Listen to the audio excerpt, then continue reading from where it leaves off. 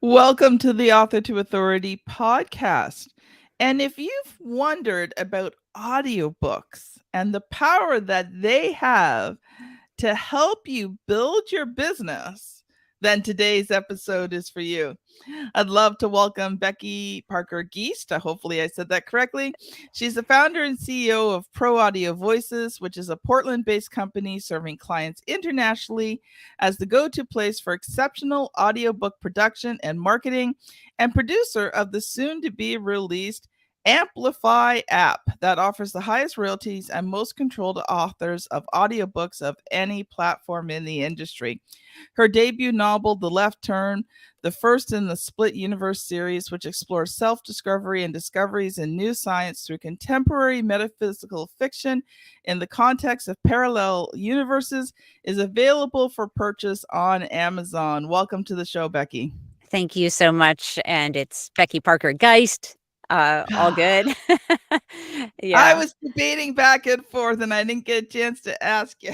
no worries, no worries. And we have, the soon to be released is actually now released. So we'll talk about that later. Yeah, so exciting. Yay!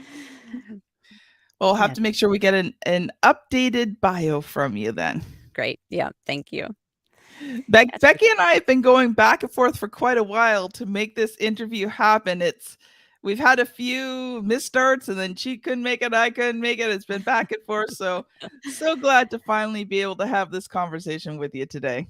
Yeah, it's great to be here. I'm glad that we were able to work it out and get our schedules lined up.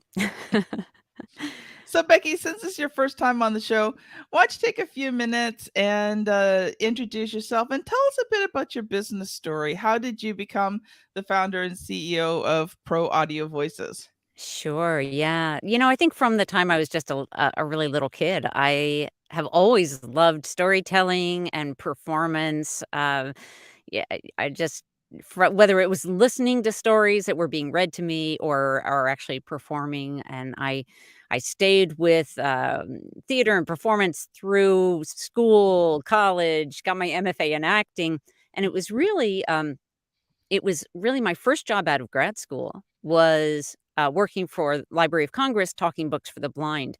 And that's when I was introduced back in 1981, seems like gazillion years ago, uh, that, that I was introduced to audiobooks and recording them, and I fell in love with them. It was such a great way to be able to use my skills, but also to feed that passion for bringing stories to life.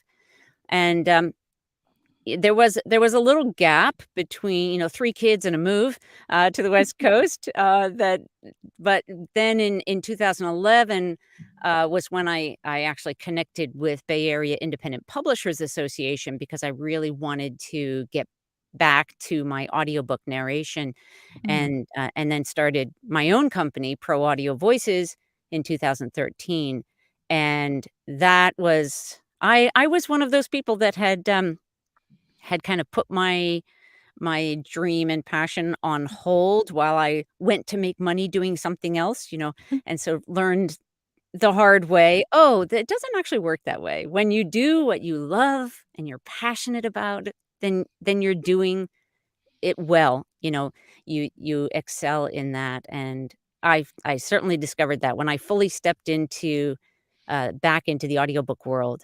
It's like then it was just like, "Ah, yes." And my business just has grown fast. So it's been great. Yeah.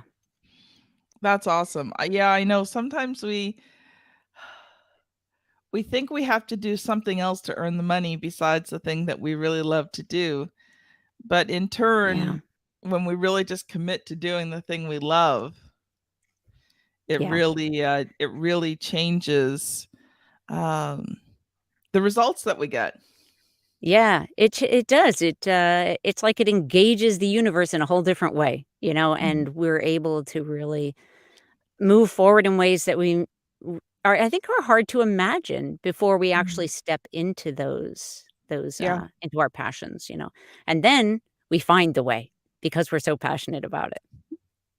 Yeah. I fell Mhm. into publishing. I started ghostwriting as a way to earn extra money.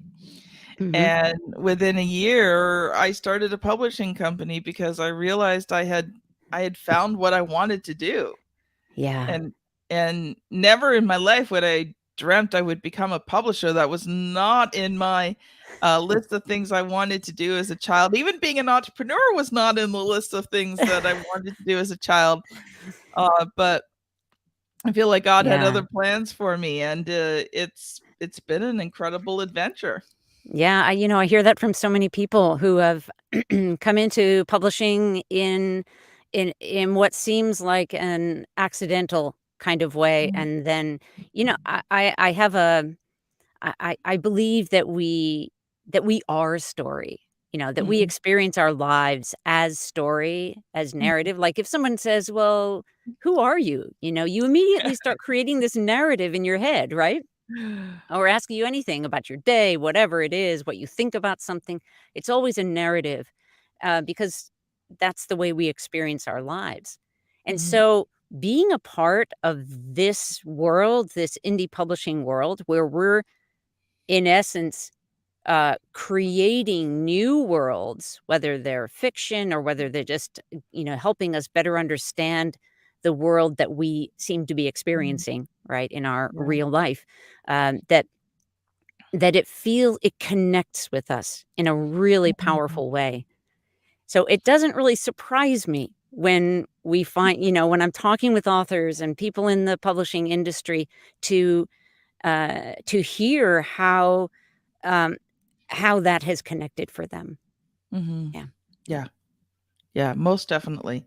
There's some things that you do, and you fall into them, and you very quickly realize this is not for me. Right. But then there's other things that you don't even think about. You kind of fall into it, and it's like all of a sudden your eyes are open, and you're like, wow, I never knew it could be like this. Yes. Yes. I think that's so true. That we find when we step into those passions. That we new vistas open up that we couldn't see. And I think that the fear that holds us back, the fear of, oh, I'm not going to be able to earn enough money. I'm not going to be able to whatever, but it's Yeah, most often, I think, being able to support myself with this endeavor. It, it's hard for us to see that until we take that step. And then yeah, when we do, we new ideas come, vistas open up for us. Yeah. yeah. So, And it's not always easy. Like there's times you have to do other things to bring money in. yep. And there's no shame in that, That's right. right? Like Absolutely.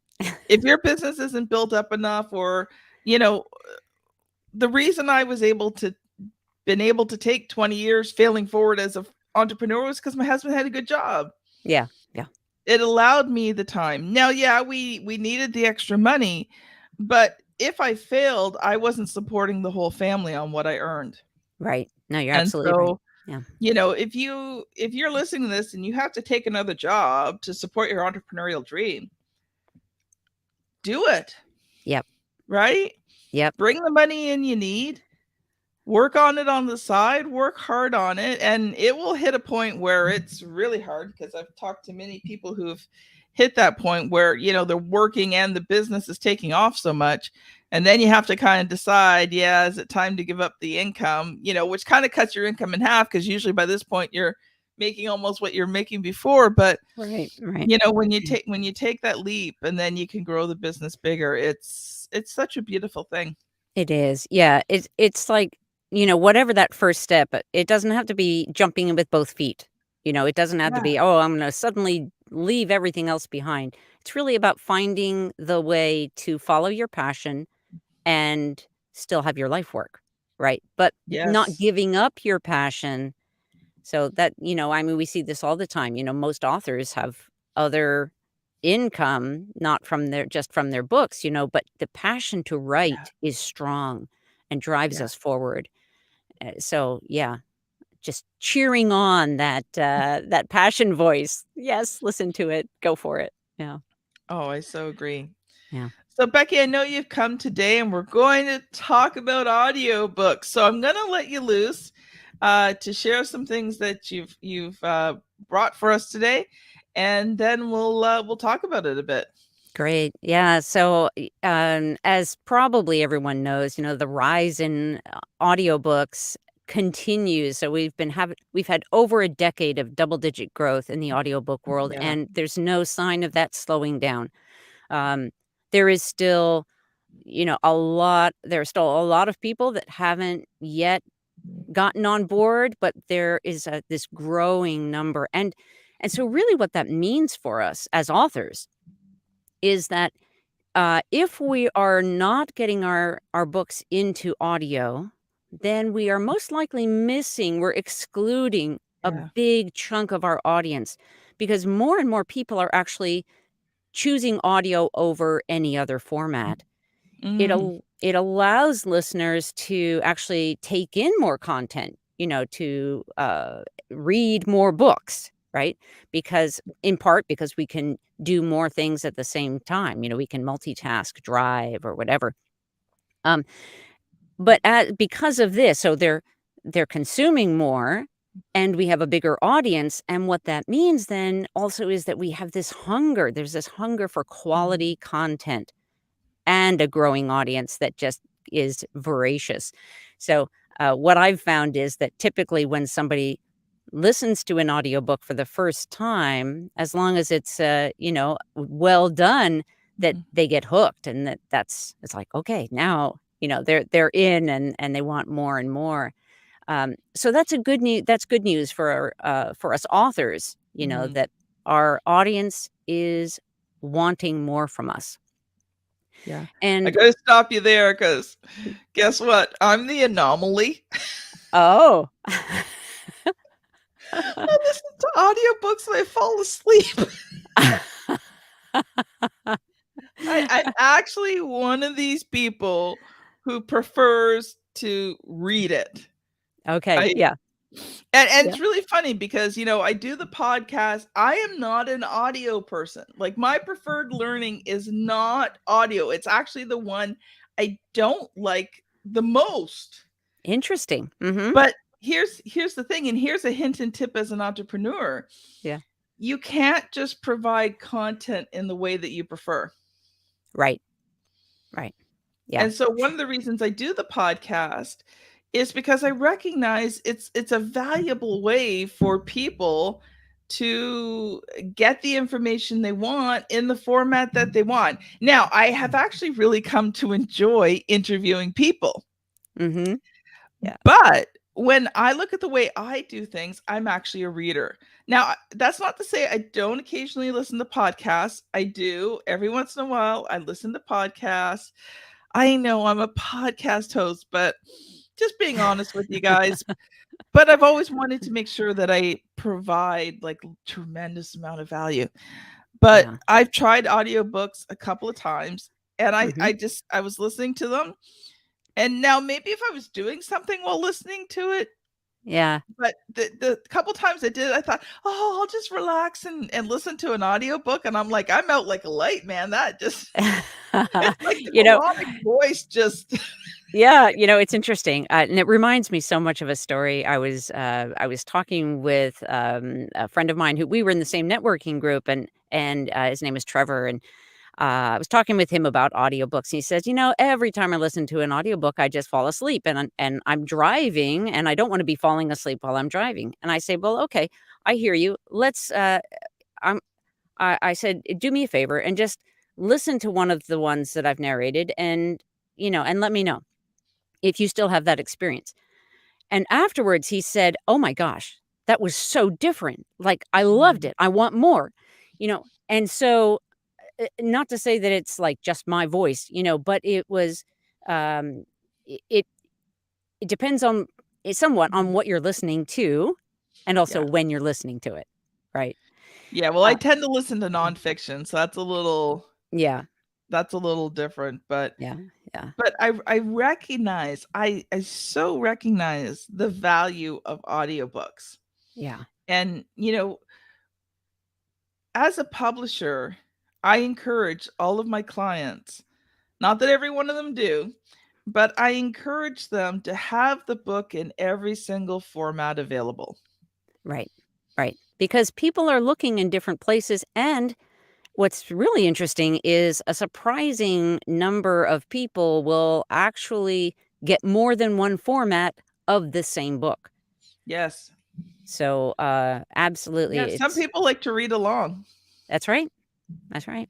Yeah, and each format has its own particular beneficial elements, Mhm. like Yes. ebooks, for example, you can click a link. That's cool. We can't do that in any of the other formats.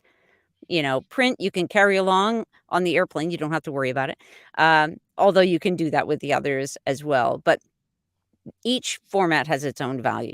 With Mhm. audiobooks, of course, your eyes don't have to be engaged with Mhm. the content, which is Yeah. what then lets us do so many other things that we may want to do, and including closing them.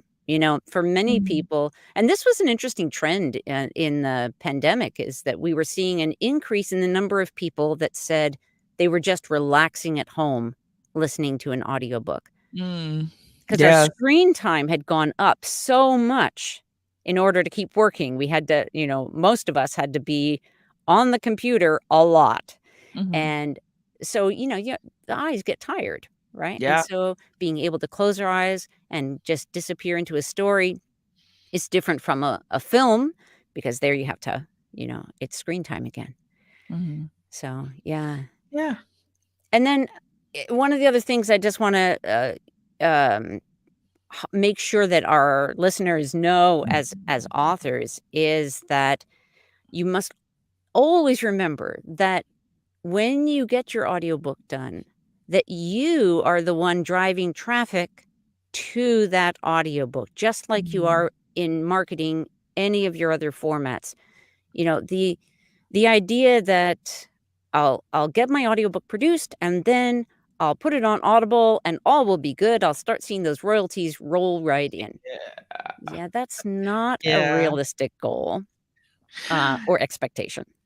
Well, thank you And for saying that, because anyone who's listened to the podcast for quite a while knows my feeling about, writing a book, putting it on Amazon, and expecting all this money to come in. It doesn't right. happen. It doesn't happen, that's right. It's up to us to send that traffic, and also, you know, uh, it's helpful for, also to know what is your end goal. Like, Yes. make a plan, and that's for each format. You might have a slightly different end goal, Mhm. potentially, or it might be the same, but I think from my many, many conversations with authors, for the most part, we're out there trying to have some kind of impact in the world. We want to Yes. reach our audience because we have something to say that we think is important. And Yeah. our audience is there. So, our goal with marketing really is to help our listeners find us because they're out there looking. They want Yeah. our content. How can we best help them find us? For audiobooks, it's you want to be in all the places they may be looking, so you want to distribute broadly, but Mhm. also know that they're going to turn to you for when you're directing that traffic. So if you have an audiobook and it's in lots of different places, and you say, my audiobook is available on Audible, okay. And if that's all you tell them, or you tell them to get it on Audible, that's where they'll get it. Now, I was I stopped myself for a moment from saying I have nothing against Audible, but actually I do have some things some reasons to not be very happy with Audible. One of the main ones is that they pay the lowest royalties. Mm. They're Yeah. not supporting the creators, and I am a passionate advocate for authors and wanting to find the ways to help them thrive so that they Yes. can keep creating. So, and we are actively making a difference in that realm, and, we'll talk about that a little bit later, but I just wanna I wanna highlight, this idea that you're gonna drive the traffic. So figure out what's the Mhm. best place for you to drive them to buy your books or audiobooks, ebooks, and then send them there And it's perfectly fine and good to say, also available at your favorite retailer or Mhm. library or whatever it is. Um, I think, as readers, as listeners, that most of us want to support the creators. If we have any consciousness around the process at all, you know, uh, we want to be supportive. And if an author, I have frequently gone to try to find a way to buy direct from authors rather than, even if I find a book on Amazon, then I try to find the author's website and find out, Yeah. well, where do they want me to buy it? I've been surprised at how many send me back to Amazon. But, you know, that's okay. If that's where they want me to buy it, that's where I'll buy it. But I think sometimes they don't realize the options that are available to them, yeah, or they don't have the resources to be able to do it, right? Like right. it's a little different to try and sell the book yourself. So, Yep. you know, even myself right now, because I'm working on everybody else's stuff. Like I don't have an audiobook yet because I spend so much time working on everybody else's books, I and I know. keep thinking, oh man, I gotta get this audiobook done. I know how important it is. Yeah. I'm hoping in the fall though, I'm bringing on more staff to release more time for me to work on some of my own stuff. But I Yeah. think, yeah, you definitely, that thought there that selling your book yourself, right? And Yeah. it's Yeah. not like you even have to have it printed in that yourself. If you do the research, there are what are called fulfillment companies, and they work one of two ways. There are a few that you send them the order, they print the book, they ship it out. Right. The other thing that most people don't realize as authors is you can order author copies off of your Amazon back office. So you can just set up a simple website with a cart. You don't even have to have fancy software. You could just do PayPal. Yep. Yep. Hit a Yep. PayPal button. Yep. Get a PayPal business account. Get a PayPal button. Put it on the website. And Yeah. they'll send you all the information when someone purchases it. You go in your Amazon back office, you type in all the information. Amazon prints and ships the book to them. Yeah.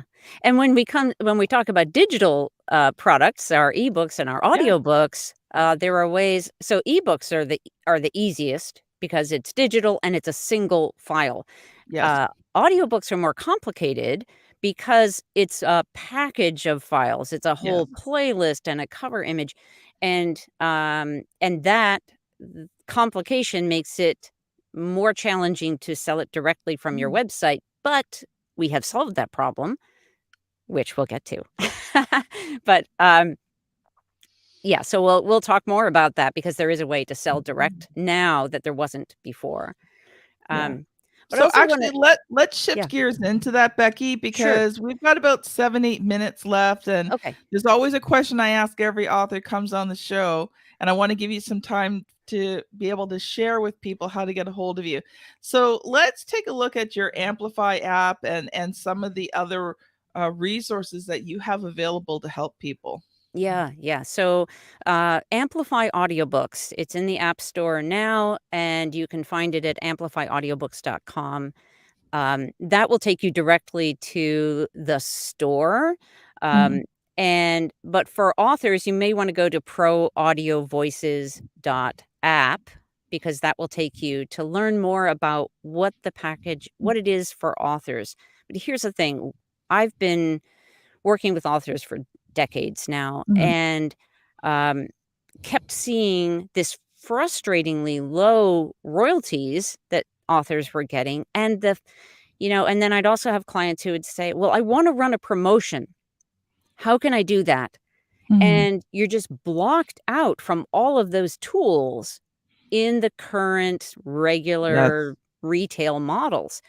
So we created Amplify Audiobooks in order to give authors way higher royalties and much more control. So you earn actually 65% of the gross price that you set. You have complete control over your pricing. You can do promotions, you can do coupons, you get your own customer information, and Yeah. that is incredibly valuable. If we think about oh, well, if I sell my audiobook on Audible, can I find out who bought it? They're never gonna No. tell you that. They Same with your know. physical books. That's right. They know how valuable that information is, and they're not giving it away. However, you as an author ideally want to build your community, your Mhm. following, and we are all about community and impact. Those are two of our core values, and so this app and platform are a way for authors to sell direct. So you have your Mhm. own store in the Amplify audiobook store, and you have all the control that you normally would as the owner of the property because you are, right? So that's what we've put together and have just released literally last month. Took us longer. Boy, developing an app, that is a complicated, expensive process, I have to say. um, and so, but we've gotten there, and it's so exciting to be able Mhm. to offer this because it is truly a game changer in the audiobook world, and I think in the indie publishing world. Wow, that sounds amazing. You and I are definitely gonna be talking more about this once we get off. Um, Becky, so here we're gonna switch gears again because Okay. here's the question that I ask every single author that's come on the show, and I know you've been writing for a long time, so Yeah. you could pick any book that you want that you think you'll give a great answer to this question to. But what has been the good, the bad, and the ugly about writing and publishing books? Okay. I'll focus on my most recent book, my novel, The Left Turn. Um, the good, it was exciting to actually get through the publishing process. And my favorite thing was that we released it in audio first. Nice. Um, it you know, being in the indie publishing world for so long and a leader in the world as well of that, that realm, Mm. um, I thought it would be easier, that I would know the answers to the many questions that pop up more, Yes. readily, and I found myself more frequently than I expected turning to my colleagues and saying, How do you do this again? This piece again?" Um, so I would say the good, getting it done, and getting it out in audio first, um, which is also now an option where it Mhm. wasn't an option, available. And then, the bad. I just feel like just like you were expressing earlier, when you were saying, "Oh, I don't really have time for my own projects." Um, it's like that for me. I feel like, I can advise our clients on doing all these things, and I'm not always walking that talk with my own project, Mhm. really, because um, it hasn't been my highest priority, you know. Yeah.